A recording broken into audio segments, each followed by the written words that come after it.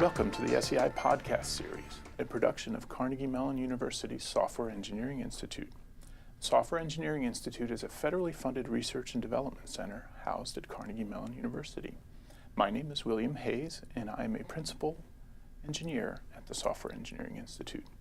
Today I'm joined by my colleague from the Emerging Technology Center, Satya Venneti, who is here to talk with us about her latest research in real-time biometric data acquisition. And so if we could start with a little bit of background on where you've been in your career and what brought you to this location. Thank you. So I've been in industry for 18 plus years, and I was always interested in research. And so about 1 year and 4 months ago, I joined the Software Engineering Institute. And it's been really great because I feel that I'm a liaison between the university and the government and industry. And so that's kind of where I always wanted to be, to take something that has been already developed in the research side and find practical applications for it, especially in the government sector. So with the bit of research we're here to talk about today, you're really very much on the leading edge. Could you give just a thumbnail sketch of the technology we're here to talk about? Sure. So I kind of want to talk very briefly about biometrics in general. So biometrics is the science of measuring and analyzing biological data. And really when we talk about biometrics, there's two distinct phases. There's active and passive biometrics. We talk about active biometrics, it requires, when we actually collect the data, it's invasive and we need to have contact with the subject. And nowadays we're talking about passive biometrics where it's completely non-invasive and we don't need any contact with the subject. And the analysis is done in real time. So we have all kinds of applications like machine emotional intelligence and behavior prediction and sentiment analysis, in addition to all the traditional things like authentication and identification, which active biometrics is used for. So we're really looking at passive biometrics, and we're looking at how we can use that to increase machine emotional intelligence. And by that I mean how machines can detect, understand, and respond to their users' emotions in real time. And Dr. Andy Moore, who is the Dean of the School of Computer Science at CMU, said that he predicted that 2016 is the watershed year for machine emotional intelligence. And so we're really on the cutting edge of technology here. And that's what I do my research on. So if you could, for the layperson, give us some detail on what the technology is and how it comes to be. Sure. So what's out there today that is the state of the art deals with practical lab settings. That is, it doesn't deal with motion. And so what we wanted to do is we wanted to deal with faces in motion, with expressions and changing illuminations. And so what we did for that is we took a technique called facial landmarking, which takes a face and marks 68 points on that face as features or landmarks of that face. And as the face moves from frame to frame in a video, it tracks the face. So it can deal with plus minus 90 degrees motion along the pitch, yaw, and roll directions. It can also deal with occlusions, which is covering up the face either intentionally with my hand or facial hair. And it can also deal with changing illumination. And what it does is it gives X and Y coordinates for each of these points along with confidence numbers, right? But what's out there that is the face landmarking, which is the state of the art, is slow. It's robust, but it's slow. So what we wanted to do is get it fast enough to happen in real time.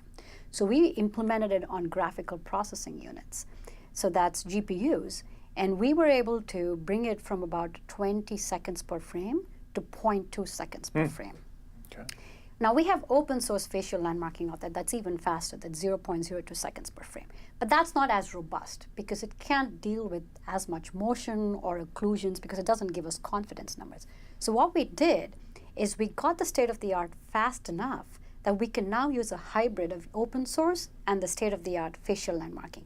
So we run them both in parallel and we use the open source landmarking, but ever so often we do a sanity check with the state-of-the-art but slightly slower, more robust landmarking system. So that's what we did. We kind of did a hybrid approach of the open source, which is much faster, but we got state-of-the-art fast enough by putting it on GPU so that we can combine these two And that's how we make it happen in real time. And so we kind of get the best of both worlds. That is, we get robustness, but we make it happen fast in real time. And the reliance on GPUs allows you to lower the technological barrier so that this can be done without a very expensive lab setting. You can do this in a much more reachable Correct. technology. So smartphones right now are being equipped with GPUs. So the iPhone 6 and I think the Android, it's called the HTC Desire i1 or something like that. Both these phones have have GPUs on them. So GPUs are becoming more and more embedded in widely available technology. So if we think about the potential for adoption of your research results, this lowering the technological barrier really speeds up the ability for the industries that might find benefit from this technology to adopt and run with it. Yeah, I would think so. Marvelous. So this is very much about how humans interact with computers and maybe opening new channels for input Absolutely, yes. and more dynamic interaction. Yeah, it's like teaching the machine emotional intelligence and body language and things like that, which is how we as humans interact with each other. So maybe there are even applications for this in amusement park rides.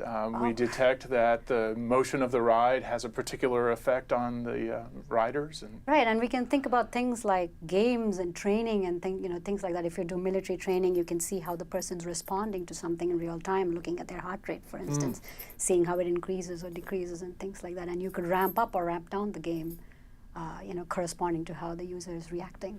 And I remember some time ago going through an airport in Asia where there was an outbreak of flu, and they were monitoring the temperature of people coming through to offer assistance to people who might be ill. So there are safety-related applications that go beyond that crude measure that we saw there. Could you talk a little bit about that? Yeah, so I actually think the medical applications are amazing. And so I'm from India.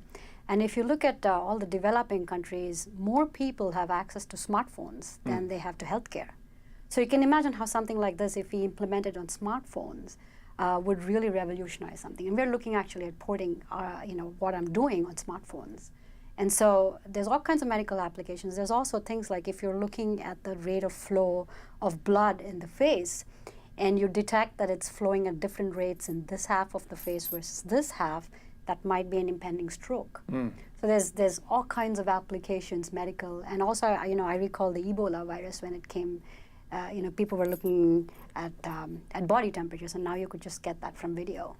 So in the application relating to strokes, as I understand it, limited as my understanding is, the subtleties of diagnosing very minor strokes, this would be a way to break a new frontier in how much clarity we can get there. Absolutely, because you're looking at different regions of the face and seeing how the heart rate or the blood flow differs in those regions. Yes. So I watched a video that's referenced in your blog post about baby monitors, and I remember being a new parent and looking in on the child to make sure he was still with us and being nervous. And it was fascinating to see how the algorithms allow us to magnify subtle movements and detect indeed my child is breathing and moving in subtle ways. Right.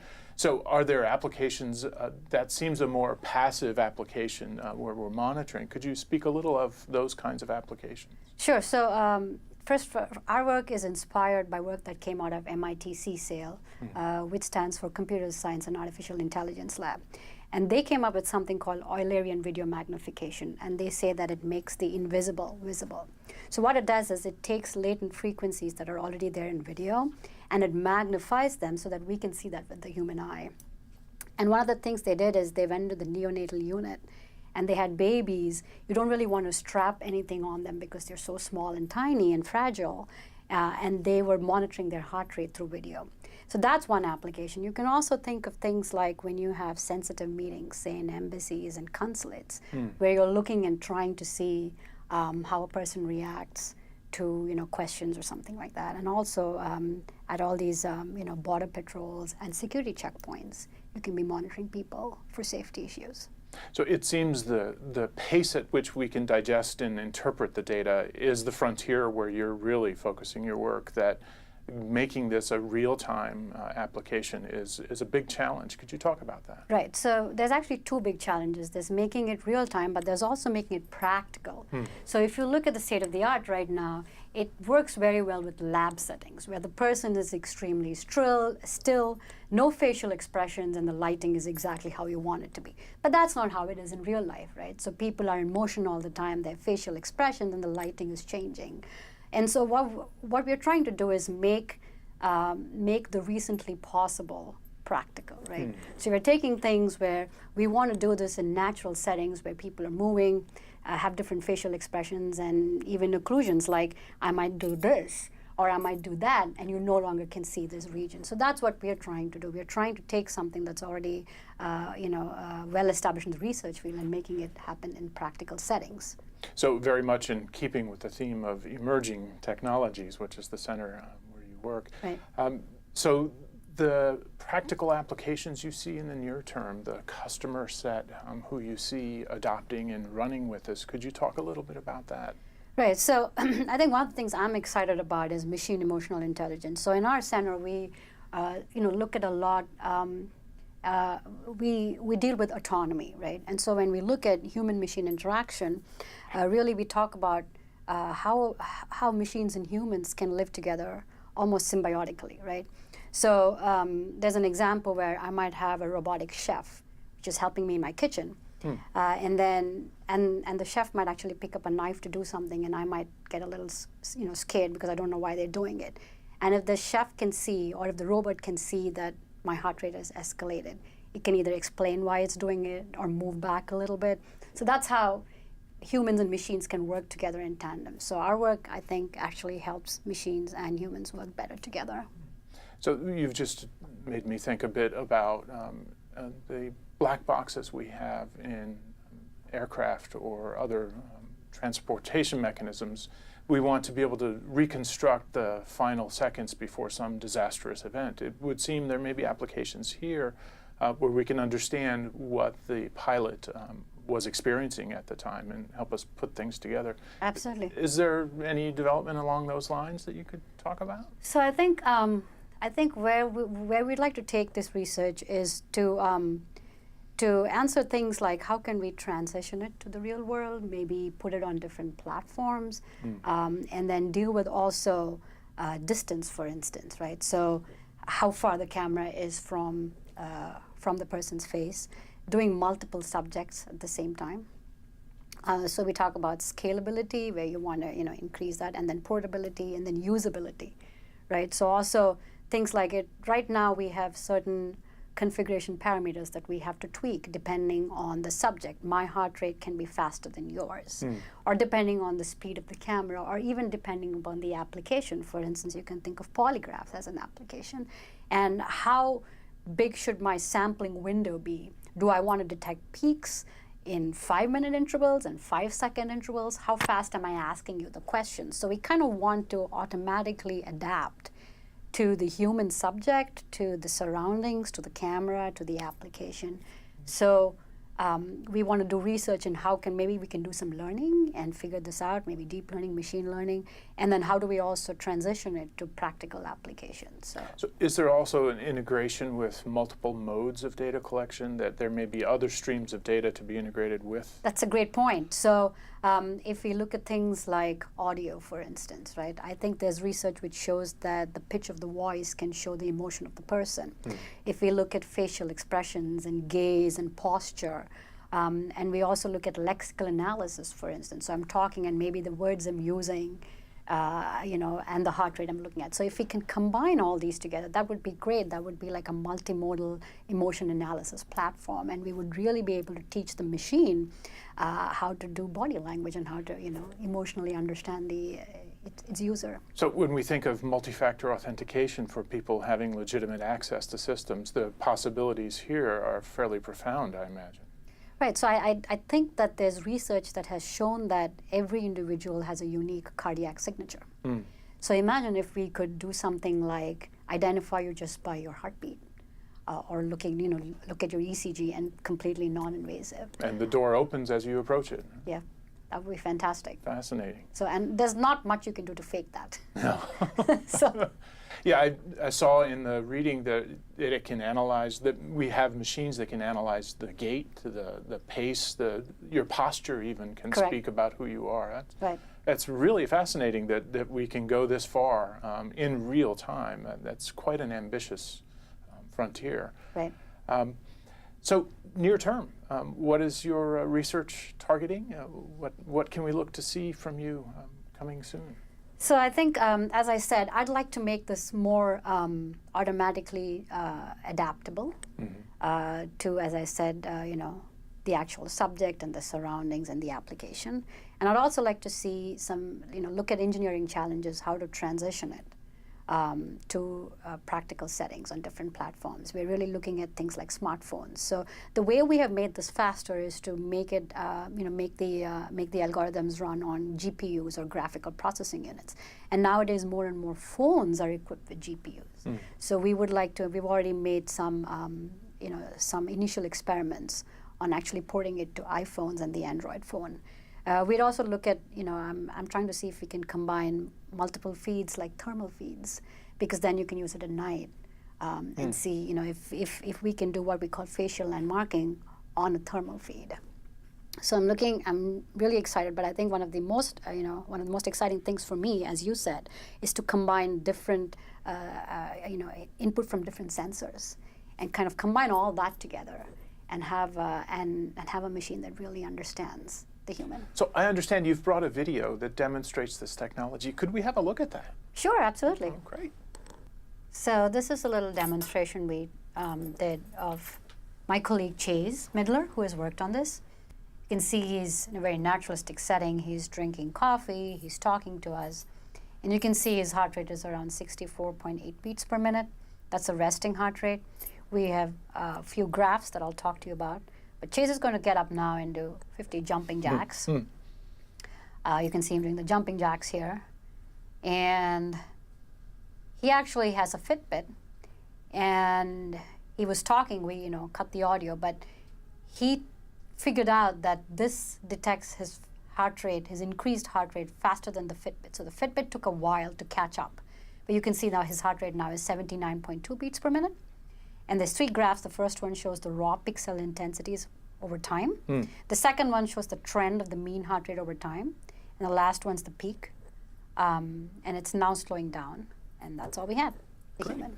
And you've worked with a number of collaborators. I think you've mentioned at least one so far. Are others that you'd want to talk a little bit about the work you're doing with them? Right. So I've worked with Professor Mario Savidis, who is the director of biometrics at Scilab.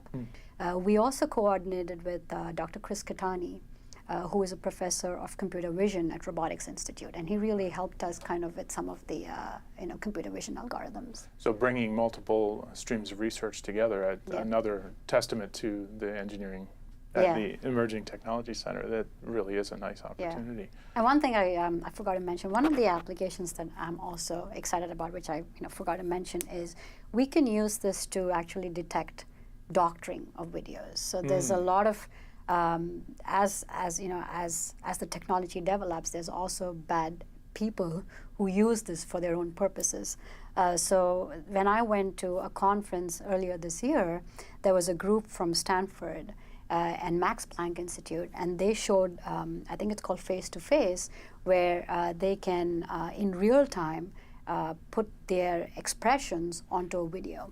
And so now we looked at, if we look at the original video and the doctored video, and we look for heart rate on different regions of the face, it's very easy for us to find that this video has been doctored, because you can see that you get completely different heart rates at different points, as compared to the original video. So you can defeat intentional deception. Right. And as we look at the way communication occurs today, there's more and more FaceTime, there's video-based, and my children's use of Snapchat with all the different features. You can defeat attempts to doctor. That's fascinating.